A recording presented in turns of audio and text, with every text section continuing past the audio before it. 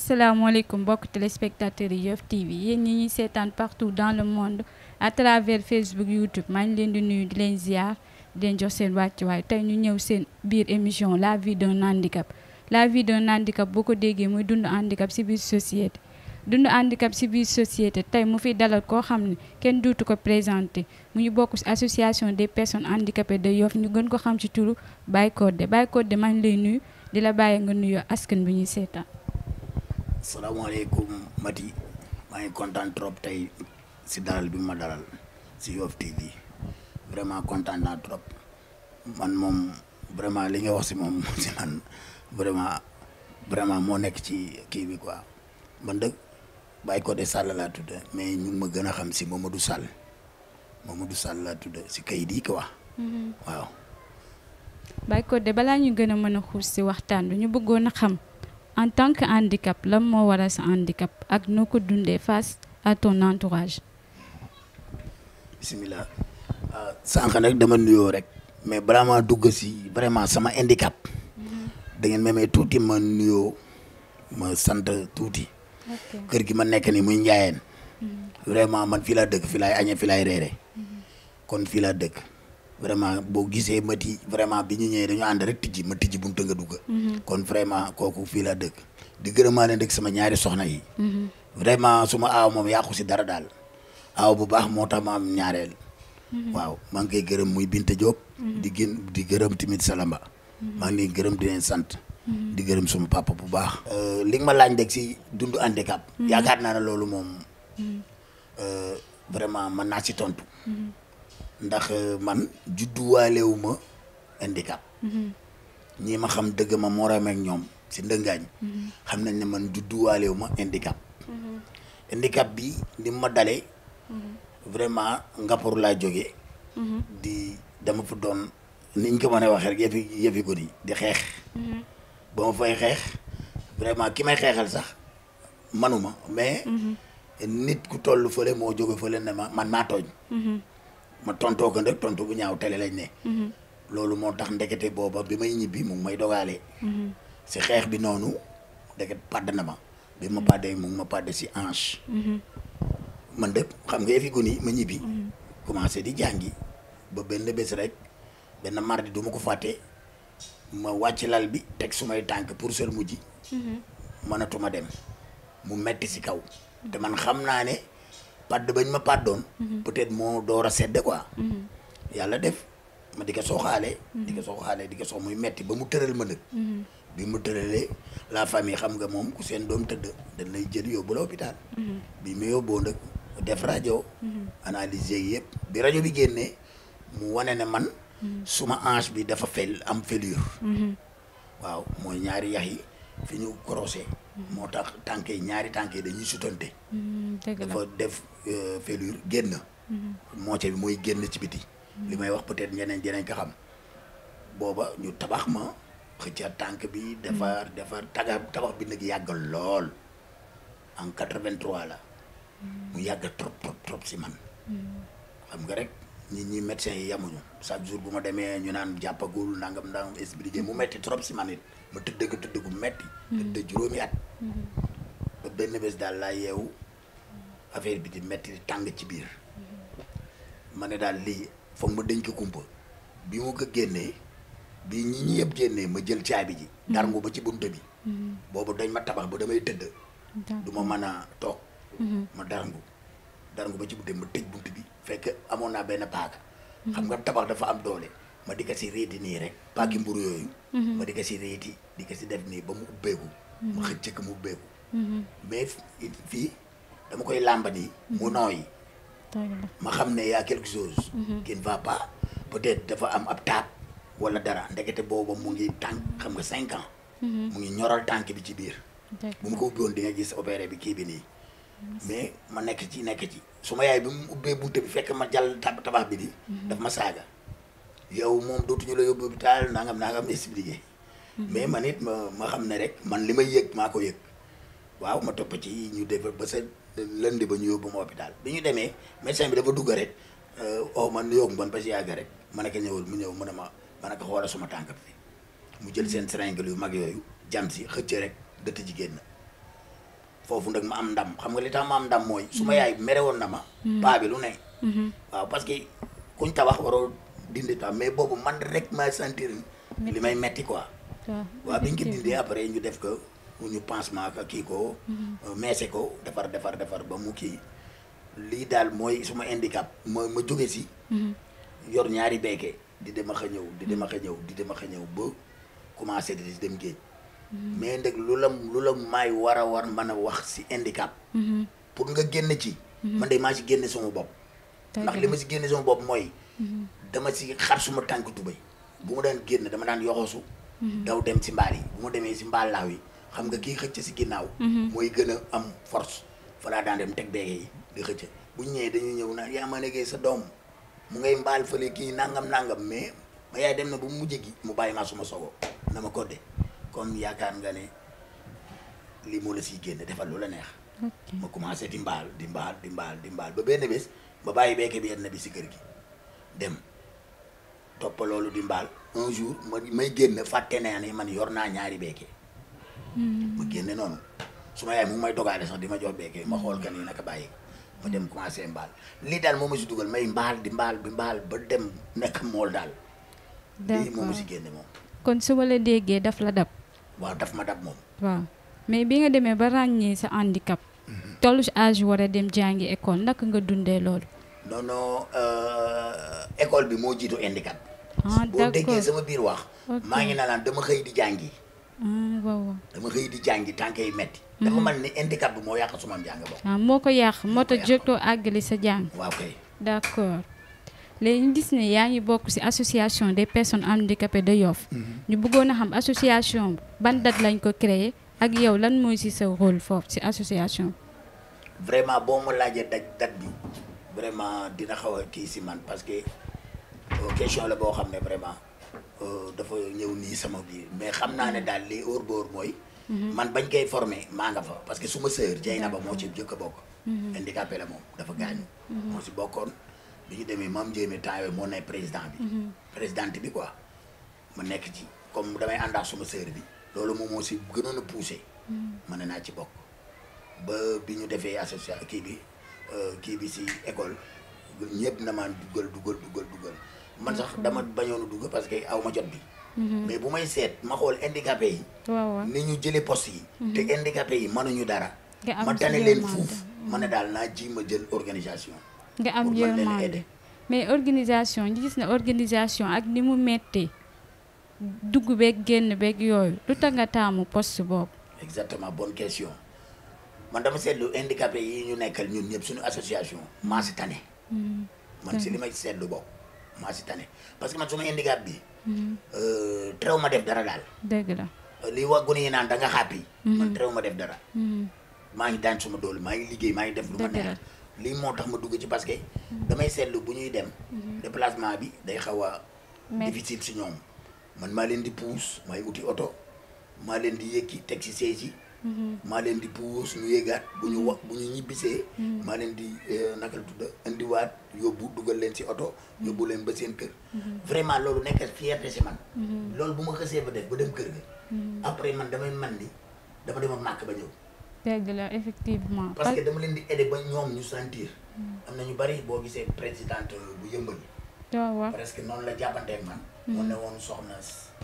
Pape Fall loolu lañ jàppante dama ko fekk si buntu bi rek man waaw dama ko fekk si buntu bi rek ma jàpp ko dugg ak moom si biir aider ko ba mu dugg a toog vraiment fi mu toog damay may bët rek ba ni ma ooyee ma ñëw ñu toog ñu waxtaan ma gëmloo ko ne man yéen dugg ma si yéen pour di leen sayite wala lii dama leen di jàppale parce que maa leen tane waaw léegi daal moom ma gën a dugal si organisation bi dëgg la effectivement ak milieu handicap nu mu xawee métti va et vient bi déplacement bi xam nga dafay métti trop si dundu handicapé parce que ñoom il le faut ñu am loo xamante ni maximum ni nga leen di jàppale buñ amoon ñeneen ñoo xamante ne ñu mel ni yow ñu gën leen a mën a jàppale ci seen déplacement yeeg yooyu parce que dangay xool kuy toog ci chariot ak chariot nu mu méttee pousse bi rek problème la ñu war a xëy bu ñu war a dem entretien am fenn fu ñu war a dem ñoom ak valide yi il le faut ñu teel a yeewu ut koo xamante ne mën na leen a dimbali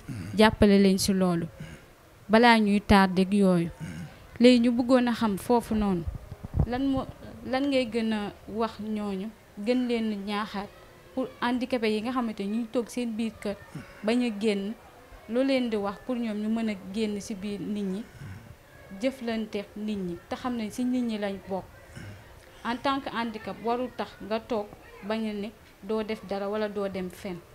Mati loolu moom li ma siy wax xam naa ne parents yi laay wax li tax ma parents yi mooy am na handicapé yoo xam ne ay xale yu ndaw lañ. dañuy nekk ci biir dañuy dem ba mujj gi waa penc mi wala waa koñ bi dañ leen di fàtte. dañuy defee ne ñooñu dundatuñu te dañ leen di denc yaay warul denc handicapé. handicapé il faut nga di koy yanu di koy yóbbu ci nit ñi. muy fubali di def dara. wala muy raam di de. ça me rappelle Bay Koura. presque handicapé yi Yoff yëpp. ñun mooy sunu morom. li taxoon man Bay Koura ma naw ka lu ñuy fubal dañuy fubal école arène bi moom day fubal nga dem cinéma mu fubal. moom loxo yi lay fubale. tànk yi saaka ñun dañ daan jóg taakale ko ci tànk yi. ñu Bay Koura xamoon nañ ne dina am benn kii bi parce que dafa kii woon man loolu lay ñaax waajur yi dama bëgg seen i doom buñ matee dugg école ñu yóbbu leen taali bu daabo. buñ fa demee bu soobee yàlla dinañ am ku leen kii may ñaan tamit. na mu tudd mairie bi Yoff. surtout mairie bi Yoff. ñu jàppale si handicapé yi xam ne ñu ngi seen biiri kër. d'accord ñun association bi moom vraiment gisuñu suñu bopp si kii bi. est-ce que association effectivement foofu laa doon jëmee est-ce que association bi am na ay bonne volonté yoo xamante ne ñu leen di jàppale ci wàllu financement wala aide yoo xamante ni yéen di tëral seen genre activité tamit ñu bëgg xam yan genre activité ngeen di def ci association bi. waaw xam nga activité yi ñuy def jot nañ fi def ay kii na mu tudd ñaw quoi kii yu ñaw yi. couture ba jox fi ay diplôme te vraiment valide yi sax ëpp. handicapé yi valide yi gërëm nañ ñu fa defal nañu lépp mais lépp appui ñu ngi ko bëggoon a def fête bi sax maire yi mais jotuñu ko am fu ne dugg nañ fa kon vraiment man damay ñaan yàlla sunu maire bi Yoff bi ñu dimbali ñu jàppale ñu man day gisuma bonne volonté buñ ne ma ñëw rek le président day kumba mu ne ma président d'organisation diw gat andil nañu nangam te ngeen nangam man gisaguma ko. kon amul. non man moom bàyyi ko de gisaguma ko. te maa ngi bokk ci bureau bi. waaw lu waral loolu xanaa demoo leen ci envers ñoom ngeen waxtu li ngeen war a wax seen soxla beeg yooyu ñoom ñu mën leen ci jàppaleeg yooyu. waaw mais ñun bu fekkee ne dañuy xaar ba ñu am benn manifestation ñu dañuy jàppale. kooku doonatu ko. du sotti kon. nit ki boo koy jàppale da ngay jàppale si ni mu bëggee ñun bëgg nañ benn naka la tudd. kii lieu bu ñu kiiwee naka la sax parce que waaw centre culturel boo xam ne ñun handicapé yi sax am nañ fa bureau bokk. mais ñun amuñu ko fi depuis garage bi fii Kër Ndoy Mbengue. ñu amoon ba ñoom jaay na ba ñoo fa amoon benn siège. mu neex trop saa ñu buñ deful dara sax ñu ñëw togg ay mbaxalax yooyu nekk fa. nga gis handicapé yi te handicapé xam nga dafa gëm boppam. moom boo leen fekki seen milieu yow mi nekkul handicapé yow yaay am compresse. parce que ñoom dañuy sayte ba nga defee ne ñi dañuy xastante. bëgg nañ seen bopp. mais dañ gisul milieu yoo xam ne dinañ fa mën a défilé wu. handicapé du dara man pour man boppam. waaw effectivement boppam mooy handicap. nga dem ba yow mënulaa bind mënulaa xalaat doo wax waxi nit doo wax loolu mooy handicap mais sa tànk di metti wala sa loxo di metti wala loolu du handicap man pour man loolu du handicap yaa ngi société bi waaw may ñaan yàlla nag le maire léegi mu ngi ñuy gis si télé bi ñuy wax mu jàppale handicapé yi Yoff parce que ñun association bu mën a dem seeti ko ñu ngi leen di fekk seen siège boo demee ba Wakaam yooyu yëpp Dakar seeni siège lañ leen fekk même waaw kon dëgg ñoom war nañ ñu mën a jàppale ba buñ amul place kii bi bu eggul na mu tudd terrain bi bu eggee mais ñu may ñu fa benn bureau boog sax boo xam ne les handicapés dinañ fa toog au moins man daal man loolu lay ñaan monsieur le maire dégg mu ngi ñuy dégg waaw kon su wala déggee maanaam amoo leen siège boo xamante ni képp ku bëgg a jug bëgg leen di fekk foofu jàppale leen si li ngeen di dox ak yooyu aw ma ko de bu dul APEX gii APEX joxoon nañu fa benn siège mais ça da ngay dem fekk fay bagage dëgg la bagage ba doo fa mën a fi mu ne nii ñu ngi bëgg def benn réunion rek mënuñu ko am bi ma laajee le président dane ma dem nañ mairie pour ut place nii mais Covid 19 bi nangam kon ñun amuñu ab siège mooy ceeb ji mu ngi sama poos su ma demee bu tijji ku may fekk ma fa man daal loolu laa tuddee siège waaye ñu àll rek loolu du siège te ñun comme ñooy jaay terrain yi mais ngir yàlla nañ ñu may tey ab siège nag. kon boo leen amee siège rek mel ne am ngeen lépp. am nañ lépp parce que man bu ñu amee siège man mii mën naa am doom sax ju fa ne. dëgg la ma dund ba dee bàyyi fa siège ba. keneen ñëw. dëgg la président yi di défilé wu comme il faut. ku lay jàppale indil la. ñun mën nañ ñu may ay machine sax dañuy xalaat machine yi fan lañ koy teg. dëgg la kon ab siège moom war nañ ko am. dëgg la est-ce que am na ñoo xamante ne ay participants lañ ñu dëkk ñoo xamante ne dëkkuñu Yoff. ñu bokk ci association bi. non gisaguma ko bi. wala association bi maanaam bépp xeetu waylaago ngeen ci dugal. ak yooyu est-ce que waa biir dëkk bi ñoom xam nañ handicapé yi nekk seen biir kër yi seen yaay bañ leen génn est-ce que xam nañ association am na fii existe na fii Yoff. waaw am na ñu bari ñoo xam ne vraiment am nañ parce que ñenn ñi balaa ñuy ñëw dañu xaar bañ ne buñ dégg ci rajo bi rek ne handicapé yi may nañ leen temps. waaw si la ñuy mën a ñëw. si lañ mën a daw ñëw défilé ci président bi nangam. loolu tamit ñun dañ ciy kontaan xam nga dañ ci kontaan. gagné nañ ci ay nit ñu bari. ñu bari génn nañ leen léegi li ñu am ci xale yu ndaw vraiment amuñu ko woon. ay mag rek nga daan gis mais léegi am nañ xale yu ndaw ñi ay muuma lañu ñi ay kii lañu naka la tudd seeni noppa. neexul waaw yooyu yëpp ñu ngi koy am te masuñu ko am. waaw. kon su ma lay déggee association bi tamit est-ce que mu ngi dox ci wàllu social di dimbali ñoo xamante ni nekkuñu fii bokkuñu ci association bi mais ay way laago lañ. association bi moom vraiment membre yi. gis naa ci membre bu tojle bu ne. ñu jël bu ñu amee ab 20 000 ñu àndaax ñeenti nit ñu dem fa buñ fa demee li ñu am ñu joxe ko. vraiment loolu defal nañ ko maintes reprises. acte bu rafet boobu. waaw loolu moom social boobu moom dëgg neex yàlla ñun suñu président moom demu ci ginnaaw. waaw moom moo ñuy au téléphone sax yëngu génne temps. ñu dajale lu ñu am au suñu trésorier. mu génne ñu daw joxe ji. vraiment def nañ lañ ko ay nit yu kii. dëgg la li nga wax am na solo loolu parce que en tant que nekk handicap rek war na la mën a fekk nga mën a bay sa waar comme niñ la déggee yow nga nekk jàmbaar loolu ci association bi ñu dem ba xam ne yow ràññee nañ la ci seen association bi nga xamante ne mooy handicapé bi kon su ma la déggee sa biir wax liñ fi wax yépp léegi yow boo doon gën a ñaax ñi nga xamante ni ñooy wàllu population bi ñi nekk ci dëkk bi ay genre autorité yeeg bonne volonté yi nga xamante ni pas maire bi sax ñoo xamante ni dañ leen war a mën a jug jàppale leen te yàlla tax te ngeen xam ne ci doomu dëkk bi ngeen nekk doomu dëkk bi ngeen doon. juddoo ci dëkk bi. waaw Mati li nga wax dëgg la mais ñoom ñëpp xanaa de ñu bindaat ay kayit walla ñu dem vers ñoom. wax leen ñu dañu jàppale mais def nañ loolu ba tey pour ñii ñu tane ci dëkk bi. ñu ñëw di ñu dimbali. lu man ne tabaski bu amee yooyu yëpp handicapé yi au moins dañ leen war a jàppale ku ci am. parce que ñun suñu association mun wóor nañ ne. ñu jox ñu benn peu mën nañ ci dolli. jëndal kenn xaar financier waaw wala ñu jëndal kii xaar wala ñu mais ñun mën nañu ko association li ci am. ay cotisation la ñuy dox mensuel te cotisation yi da ngay dox bay bëgg a dee. doxul ni mu war a doxee kon ñun bu ñu gisee Yoff ñu dañuy jàppale dañ ciy kontaan trop. maa ngi oo nag bonne volonté yi fi nekk yëpp waxuma sax la mairie. mais bonne volonté yi fi ne yëpp ñi am xaalis ñëpp. wala ñi am ban yeneen i moyen bu dul xaalis sax. ñu am xel mu rafet rek. dañu ñëw vers association bi. le président mu ngi fi. disponible. vraiment jàmbaar la moom. waaw bu ñëwee bu soobee yàlla rek luñ ci bëgg xam ci association bi dinañ ko xam. dëgg la parce que effectivement maire bi normalement maire bi war na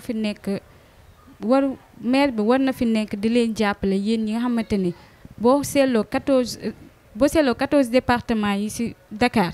benn Yoff dong association Yoff dong département Yoff dong ngay ñëw doo fekk handicapé yi di yalwaan ak yooyu lan moo foofu tamit ñu bëgg a xam lan mooy fi sa xalaat foofu.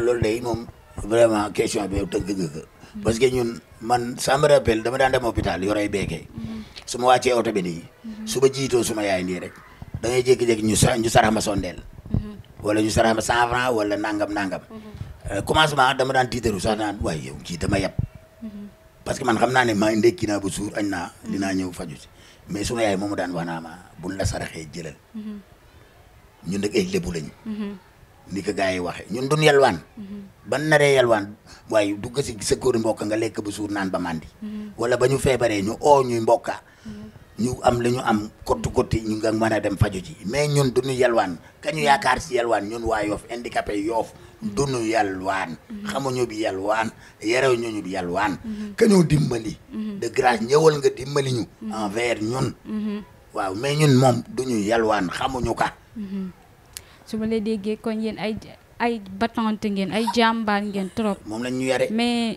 yow tamit looy gën a mën a ñaaxaat ñi nga xamante ni ñu ngi yalwaan ci mbedd mi toog ci mbedd mi di yalwaan ñu mel ne mënuñoo def yeneen genre activité yoo xamante ni maanaam ci liggéey lu ñu gën a mën a bay seen waar parce que loolu ma foog ne amul sens ak kii toog rek handicapé warul toog benn place rek dafa war a nekk handicapé warul tax nga ne yaafus maanaam danga war a dem dóor sa waar comme personne normale yi ni ñu koy defee. man daal xam naa ne Mati li ma gis ba gis ka moo la ñun ñëpp dañuy dem juma te man juma ji may gis dem chaque jour ma dem juma mais masuma faa gis ab waa Yoff bu yalwaan man waa Yoff waxuma la sax bu dul handicapé gisuma fa waa Yoff bu yalwaan man gisuma ka foofu waa damay romba sax ñi nekk laayan laa kër tayeeru di yalwaan di ñëw di toog ma duma fa gis sax handicapé kon nga xam ne handicapé yi dañu bëgg dara man dëgg damay rafetlu affaire bi xam nga lu tax mooy su ma gisee sa classe gi ma di jàng nga maa ngi gis ay ndey ndoy mu ngi si mairie bi superviseur kële Anta Wadda Ndey Kumba le président sunu président kooku day jàngale mais nga xam ne tey boo ko gisee bu la romboon nga jox ab sondeel mais ñoom ay jàmbaar lañ man gisuma fi même xoolal Fodé si da nga koy dugg si tata fekk si tata bi muy rey boppam yor jabar yor njabootam yor yaayam mais loolu dafa neex si handicapé te bu jëkk handicapé dañ lay jël tëj la si néeg bu ñu la tëjee si néeg boo amee gan sax doo bëgg mu gis handicapé bi mais ñun handicapé yi faalew ñu yooyu dañuy dugg si nit ñi di dem si xew yi bu ñu nattee ñu natta suñu joxee joxe bu ñu amee ku tojle ñu dem rang si rang bi joxe loolu lañ ñuy yare si Yoff loolu la ñu continuer parce que ñoom dañ xalaat ne nekk handicap rek da ngay toog di yalwaan wala tàllal sa loxo di ñaan bu ko defee ñu lay may di la sarax ak yooyu xam nga loolu tamit fi mu toll nii gis nañu handicapé yi ñu ngi commencé di développé wu si wàllu travail ak yooyu ñu commencé di yëngu ak loolu wante mais ñu bëgg a xam lan mooy foofu tamit objectif yooyu tamit ngeen nga gën a ñaax état bi pour mu gën a jàppale handicapé yi ñi nga xamante ne defuñu dara ci seen biir kër ñu mën a jug dem uti ji formation bu ñu amee formation def seen liggéey ni mu waree. waaw man fi ba toog ni laa la wax ne man defuma benn formation mool la waaye sama permis am naa ko bu yàgg si nawetaan laa ko amee permis kon nga xam ne toogu lu ma gis ñu ne lii baax na ma mën ko liggéey dinaa dem liggéey ko may ñaan nit ñi nañu jóg bu dee guni la à base nañ ko yóbbu mu jàng effectivement bu demee lu ma fa man baax na bu dee dem na ba jàng bi mu télé ñu dugal ko métier nañu xool handicapam fi mu féetee li mu mën a def mu def ko te ñu bañ ko toog lew si biir kër rek mu toog di xulli gis nañu ne tamit carte égalité des chances yi mu foog ne carte d'égalité des chances boo ko amee loolu mooy dalay yombalal fépp foo mën a dem ndax carte boobu ndax association bi seen association liggéey na kon ni mu ko waree liggéeyee. waaw kii bi moom vraiment ñun buñ ko yóbboo hôpital suñu amee malade dañuy oo Ndey Kumba mu oo kii fa monté waxa moom wala mu oo la kii la naka la tudde mu oo docteur bi bu ko ooyee mu nekk dama am élément wax ka ñu mu jox ko carte bi bu fekkee ne dafa waroon jëndi garab yenn yi sax ñu jiim koo kii mais nag da nga ciy dox vraiment ba sonn da nga ciy dox ba sonn carte bi moom am na fu mu baax parce que di nga am ñetti weer dem fayee ko ji. sa 25000 loolu xam nga moo la ceeba diwlin la rek. waaw bu mu fekkee ngay liggéey moom loolu jaaxalu la. mais mënul faj wàllu transport beeg yooyu kon dem Dakar dem dikk déposer fo boo xamante ne carte bi boo koy wanee rek dañ lay bàyyi nga dugg ci bus beeg yooyu. waaw loolu am na parce que man mii di wax yow am naa nga carte baa ngi sama poche. bi mu beesee ba tey. am na ñetti weer xaw ma juróomi weer. mosuma see dugg bis. xam nga man dama génnul demuma fenn. dëgg la bis moom mosuma see mais nag dañ ciy gërëm. waa Dakar dem dikk bu baax. parce que mayoon nañ ñu sax ay poste association yu mag yi. initiative bi ñu def d'accord ñoom ñoo ko jël ku si am benn niveau rek ñu dugal la Dakar dem dikk boo si duggee di nga gis ab handicap bu toog. gisoo ne lu mel ni Dakar dem dikk comme moom ni muy jàppalee handicapé yi gisoo ne yeneen société yi tamit war nañoo mën a dugal 2 à 3 personnes yoo xamante ne ay handicapé lañ si biir société bi te xam ne si société bi si lañ bokk ñoom. Mati gis nga bay si say oom. man pour man. Yoff gii amul ku leen ëpp ay société wala ñuy jaay wala defar loo xam ne handicap mën na ko bay ci sa yoom ñoom seen dimi bopp ñun am na ins boo xam ne dañu dugg si société yi waxtaan ak ñoom bi ñu waxtaanee ñoom ñu ne dinañ ñu may ay ñaari élément ñetti élément mais ñoom ñoo deful seen rôle buñ amoon da ku ñu si jàppale maire bi mën na ne mu dem Auchan subventionné waaw kay mu dem Auchan waaw moom naka dama bëgg ñaari kii nga jëlal ma ñaari handicapé nang te handicapé foo ko wax boo fa fekkee jullit foo ko wax ñu jëlal la ñu dimbali la te suñu kii bi ba Ngor war nañ ko mën a am nee nga ci sa biir wax que maire bi jël na Anta Wade ak Ndeye Ndoye ñu nekk superviseur ñoom naka lañ def ba dem foofu noonu ci maire bi ndax association bi moo leen fa yóbbu wala dëgg neex yàlla de loolu man dama xëy rek gis leen ñu nekk si ma kontaan ci trop xaw ma ndëkk dañu demee turu association bi wala déet mais buñ demee turu association bi wala ñu dem seen moyen bopp handicapé lañu ñu ngay liggéey man day dama si kontaan trop te Ndeye Ndoye bàyyiwu ko day def ay defe naa ay fataaya ak leneen nga foog ne tamit comme ku mel ni Abdoulaye Diouf Sarr mu xam ne moom moo yore wàllu santé nekk ministère de la santé et de l'action sociale moom foogoon ne moom war na mën a ñëw ci association bi xool ñoo xamante ni am nañ ay diplôme ñoo xamante ne jàng nañ mu mën leen a dugal ci yenn kii yoo xamante ni ñuy liggéey bu ko defee association bi mën a gën a avancer. waaw Abdoulaye Diouf Sarr day yàlla xam na ne pour mu ñëw fekke si ñu day xaw a difficile mais ñun ñoo war a dem ay audience ñaan ka ba yàlla def mu kii ñu may ñu audience ñu ñëw toog ak moom wax ka li ñu soxla. kon defoo leen ci benn jéego non si wax nañ def nañ ci ba tàyyi. def nañ ci ba tàyyi ñëw nañ bunta ba.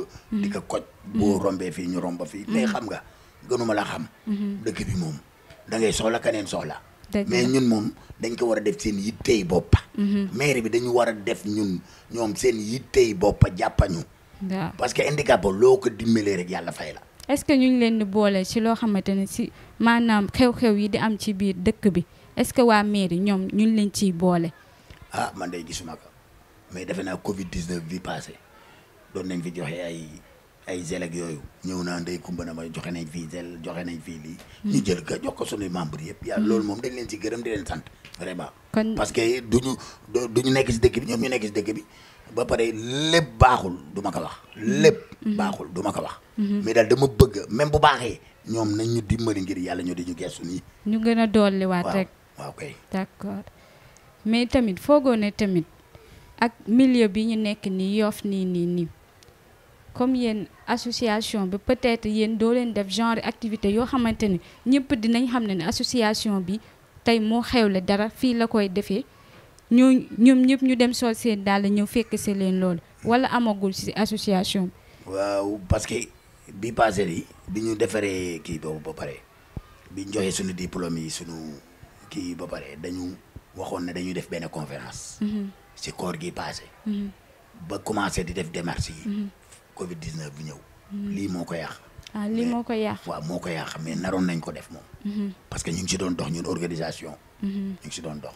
waaw parce que boo déggee ma laaj la question boobu parce que damay gis association yu bari ñoom dañuy seen wàllu organisation bu ñuy organiser dara comme genre activité tey ñu war ko taxawal ñoom dañuy dem si ñi nga xamante ni avant kii bi avant fête bi ñoom dañ koy teel a programmer bu ko defee ñu teel a lijjanti li ñu war a lijjanti yëpp ñëw teg ko sur place bu ko defee jour fête bi rek du ñu am problème dugg beeg génn bi du ci am problème est-ce que loolu am na ci association bi wala déet.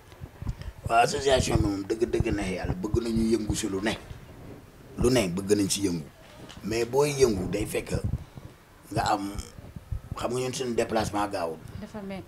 dafa metti fi mu ne tey jii rek bu ñu bëgg a organiser dara dañuy jël oto def ci gasoil ba mu doy fay chauffeur bi mu commencé dañuy defal déplacement parce que handicapé dafa xaw a sensible. waaw bu ma la yebee bàyyi sama morom sax nga gis sa bopp. dañuy gaaw di seen moo tax it dinañ bëgg organiser lu ne dañ ciy xalaat mais au fur et à mesure dañuy dem ba mujj gi rek mu nekk léeboon lippoon. dañuy gis ci seen bopp daal. merci. parce que nekk handicap tamit xam nga boo nekkee handicap à chaque fois bu la nit di wax dara nii affaire bi daf lay blessé mais boo demee ba toog xam ne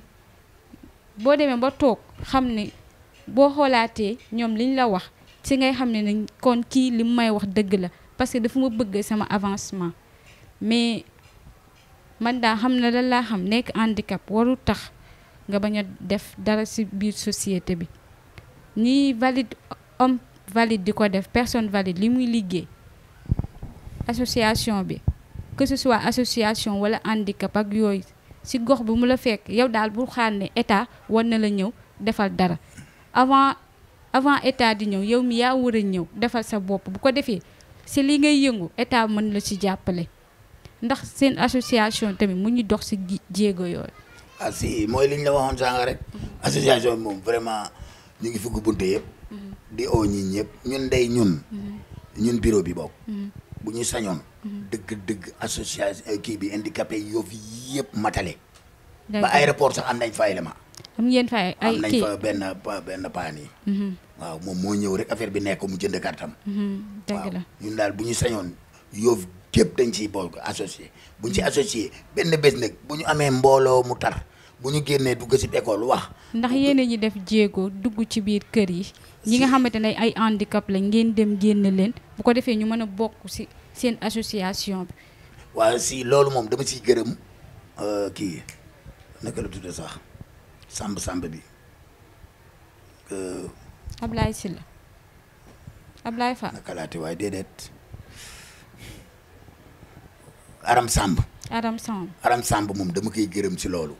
parce que Aram Samb. moo ndey kumba ñoo luqati handicapé yu ndaw yi yëpp andil ñu. génne leen waaw vraiment loolu moom dama ko rafet te koo romba fameem dañ lay gërëm. dëgg la parce que mujj gi booy dañuy xàppi boo leen gisee ñuy fo ci kii dañu dem ba bokk nañ te loolu association bi ko def waaw damay ci gërëm Aram ak ndey kumba bu baax a baax. kon mel na ne acte bi.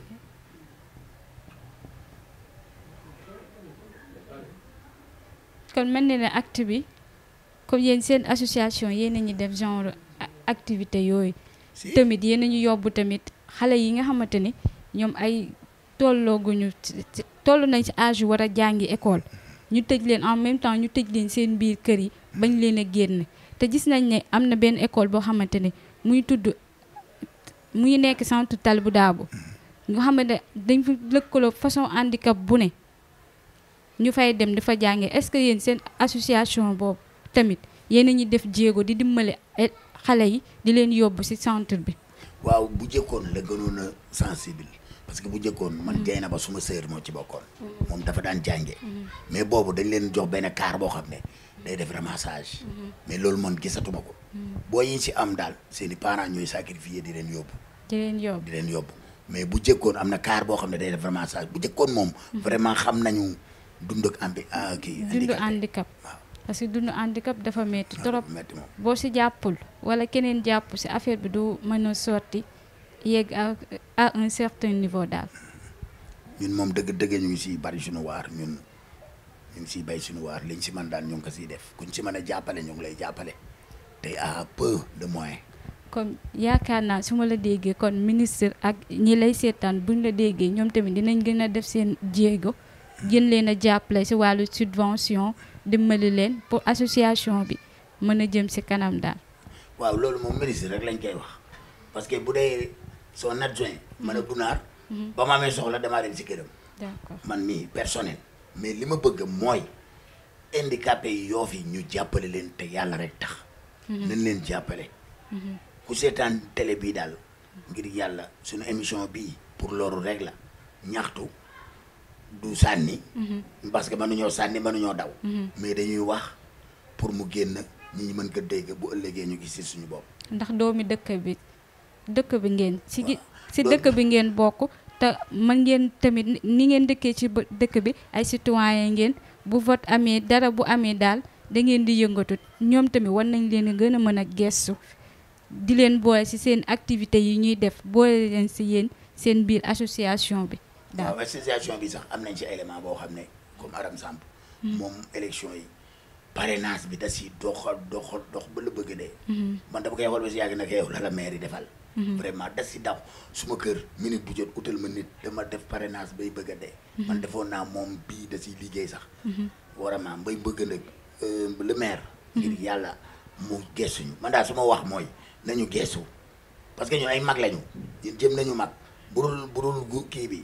mën nañu defi leneen mais ñu gune yenn yi ak ñoo xam ne dañu ay responsable nekk seen kër ñu gën ñun ñoo fexe ba génn leen kon bu ñu amee ko ñu jàppale mun moo ñu gënal nañ ñu jàppale rek te yàlla tax waaw jàppale bi moom il le faut parce que vu ak yéen ni ngeen vu ak yow mi ni nga waxee kii bi nii ni nga souligné mooy yeeg yooyu war nañ leen di gën a mën a jàppale gën leen a gestu xam ne ci doomu dëkk bi ngeen defar dëkk bi moo leen tax a jóg dimbali seen mbokk yi nga xamante ay handicapé lañ bu ko defee ñoom ëllëg yéen boo leen fi jugee ñoom ñu mën a jël relève bi. waaw ñun daal loolu la ñuy yëngu mooy li ma la wax rek ñun daal vraiment affaire bi moom nii rek la mën a demee jàppale ñu jàppale suñuy rak waaw te ñun ñu ngi siy béy suñu waar ndax saa le président oo ma téléphone na ma may nañ ma fi ay pousse-pousse wala may nañ ma fi ay beeke nañ xool dëkk bi ñan ñoo ko yeyoo yi yu ndaw la yi yu mag lañ. def na ko bu tay te moom mooy bind rek jox dugal ko si kii yi gars yi may kay bagage mu ñëw. loolu nag dañ ko si gërëm bu baax te bu ko neexoon mën na toog fa mu toog mais comme mooy le président moo ñu ëpp am jànga ëpp ñu ab kii vraiment mu ngi da ngay toog ñaari fan ñetta rek mu génne dara ne vraiment ay beekee ngi fi seet leen daagu daan ñan ñoo fa ne mun a waan denaat seet leen denaat ñan ñoo fa ne loolu mooy association vraiment moom mu ngi koy dundal mais bu ñu amee jàppale nañu am jàppale rek te yàlla rek tax. waaw jot na de il est temps ngeen mën a am jàppale nga foog ne tamit ak fii Sénégal toll nii ak réew mi nii handicapé yi ñoom ni ñuy toggee tamit ci yenn coin yoo xamante ne bëgg nañu liggéey mais mënuñu dem ne diw lii laa bëgg def pour moom mu jàppale moom est-ce que seen association bi tamit mu ngi ci gën a bay waar ci loolu comme kenn di bëgg def dara ne lii laa opté vision bi laa bëgg def lii laa bëgg def formation bi est-ce que yéen a ngi leen di pousser ñuy mën a obtenir formation boobu wala liggéey boobu. waaw Mati loolu mooy ñàkki moyen rek. ñàkki moyen kese moo indi loolu. mais gis xale mu war a def dara mënoo ko si jàppale loolu ñàkk moyen la. te ñun Sénégal. man damay gis sax bu Macky Sall génnee di dem. am na benn handicapé damay fàtte tur wi mu ngi si. Aïssatou Cissé waaw ak Santhi Agne mu ngi si ñooñu. est-ce que ñooñu fi ñu nekk si président war leen a si présidence ba ñu war leen a jàppale yéen ñi nga xam. la jógee. ñu indi ko Yoof. ñu di ko jox waa Yoof ñu ne handicapé yeeg man gisaguma ko. nit ki nag li mu gis la mën a wax. mais daal ak lu mën a ne il est temps le président Macky Sall mu gestu handicapé yi. wala bu fekkee mu ngi gestu handicapé yi. muy ruus di wàcc ci banlieue bi. dëgg la parce que il est temps nag président nag parce que moom moo wax ne loi d'orientation moom moo ko fi tëral te loi bi tamit dafa des na jéego yi des na maanaam des bi mooy li ñu war a def yëpp ci handicapé yi am na lu bari yoo xamante ne defuñu ko parce que indi na fi carte égalité des chances mais leneen nag leneen war na ko gën a mën a indi pour handicapé yi gën a mën a gis seen bopp ci Sénégal gi ñu nekk nii que le monde entier bi yëpp. Mati boo bëggee dégg-dëgg rek. société yëpp ñoo si yam boo demee société au moins war nañ ba a defar place ab handicapé boo xam ne mais handicapé yi saa dañuy am ab diplôme. ay rampe ak yooyu. waaw am ab diplôme. bu ñëw di yéeg ba sa kaw a kaw. pour joxe. 3e étage valide bi si boppam. bu ñëwee nga ñëw. bu ngeen yamee diplôme sax handicapé lañ war a jox mais kële lañ koy jox ndax lan peut-être physique am. wala leen mais loolu yàlla moo fi ne. te am xel handicap yàlla doo ko may ab taar. loolu dama koy wax bés bu jot. am na taar. am jànga. handicapé bu góorgóorlu tuuti rek day dem. te macha allah mënal nañ seen bopp daal te xam nañ seen bopp xam ñoom ñooy kan daal. handicapé daal boo duggee suñu vie bi ñun suñu dëkk bi boo fa fekkee handicapé suba teel handicapé dinañ xëy dinañ bale dinañ raxas dinañ togg duñ bëgg kenn defal leen dara. man dama koy xam suma mag suma sœur bi gaañu.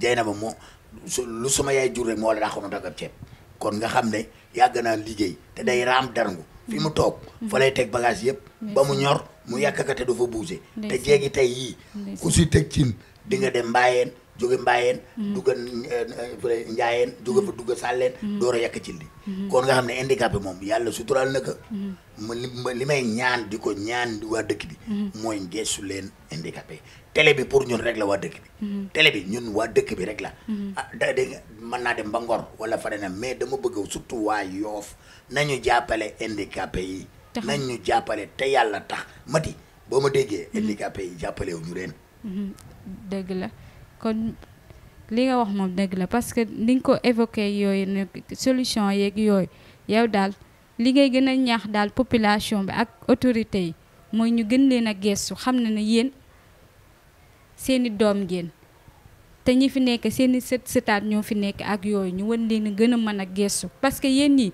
seen wàll day wëy li leen dese amaana bariwul ci association bi dina am ñeneen ñoo xamante ni dañuy ñëw te ñaan ngeen yàlla ñooñu di ñëw bu ñëwee fekk loo xamante ne lépp liggéey ngeen ko ci association bi ba mu normal. ñu de association bi ñu ne vraiment bu ñu sañoon lépp rek looy fekk ci association di nga fekk mu tegu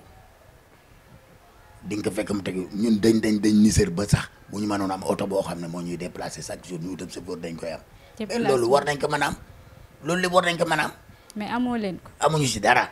oto buñ kenn ree jël ñun ñooy jël suñu xaalis jox ko dama de passage damay gërëm Moussa Ndoye lépp déplacement ak handicapé ni mu xawee doy waar nga ñëw xaar ka muy keree mu puudaru mu taxaw saa kenn nag da nga koy yëkki saa kenn nag da nga koy puus boo wàccee doo man dara Moussa de passage ñu ngi lay gërëm di la sant boo ñu déggee tey bi ñu ngi lay gërëm di la sant waaw bu la neexoon nga ne fay leen ma lii wala waaye luñ la jox rek nga ne baax na waaw ñu ngi gërëm ñëpp nag di sant ñëpp. effectivement yow léegi ma lay laaj est-ce que association bi yow mi sentir nga ci sa bopp maanaam association bi yow yëg nga ci sa bopp bu baax ci association bi. Mati association bi séntuwuma ci alal séntuwuma ci dara xam nga lu ma ci peinture mbëggeel. maanaam soo déggee pas alal bi sax mais sentir nga ci ne yow yaa ngi ci biir daal ci biir association bi. sentir nga ci sa bopp. waaw xam nga lu tax. si de passage dama ne la. man bu ma yendoo su ma yendoo si handicapé yi su ma si yendoo ba ngoon su ma ñibbee day man ni dama ne la dama demoon màkk kon ça veut dire que man nekk ak handicapé yi nii di foo ak ree di leen yékki di leen dimbali man loolu damay dundal. dama si kontaan parce que man dama amoon handicapé sama kër. d'accord daan ko yékki di ko yóbbu hôpital ba ni mu gaañoo man maa ko géré woon kon bu ma duggee lii dafa facile si man. man noo waxee handicapé ni mu waxee rek mën naa ko bës parce que dama si yoroon kenn sama kër moo tax man ma dugg seen biir nii damay dolloog damay gën a waaw ma ti yow xam nga si dara sax yaakaar naa ne yow mii may posé question xam nga ni may dundee ak yéen day métti trop mais ñun lay bàyyi di la wax sa dernier mot waaw te tàggatoo bu dul jeex vraiment sama dernier mot di leen gërëm di leen sant vraiment à travers télé bi moom kontaan naa si trop di gërëm ñëpp du ma lim sax waaw caméraman bi moom du ma ko gërëm parce que sama doom la ay njage sax ñëpp a ngi fii ay siyaas gërëm ñëpp parce que lii dafa neex daal handicapé ngeen tànn leen mu ngee door a am man maa ngi kaa door a gisuma ko sax si télé yu mag yi ñu tànn benn jour ñu jagleel ko les handicapés kon ça veut dire yéen yëg ngeen ñu dañ leen di ñaanal yàlla defal leen sutura li ngeen ci bëgg yàlla na ngeen ko am li ngeen si bëgg yàlla na ngeen ko am tey ndigim tey lañ commencé maa ñaan yàlla lii mu nekk ak yokkute si ñun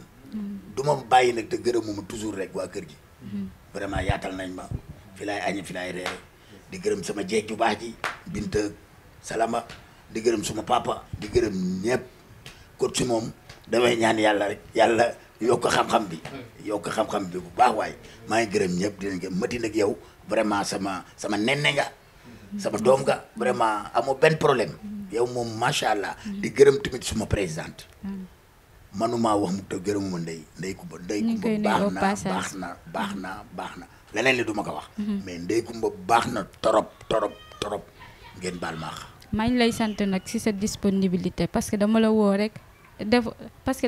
rek tegoo ci baat nga wuy sama daal encore une fois maa ngi sant di gërëm ñi toogoon fii ñëpp di ñu seetaan à travers Yoff TV di gërëm sama caméraman di gërëm tamit kii ma maquillé ak yooyu muy salon Maguette Meng maa ngi koy sant di ko gërëm di leen jox dig daje nag ci beneen émission dund handicap ci biir société incha allah.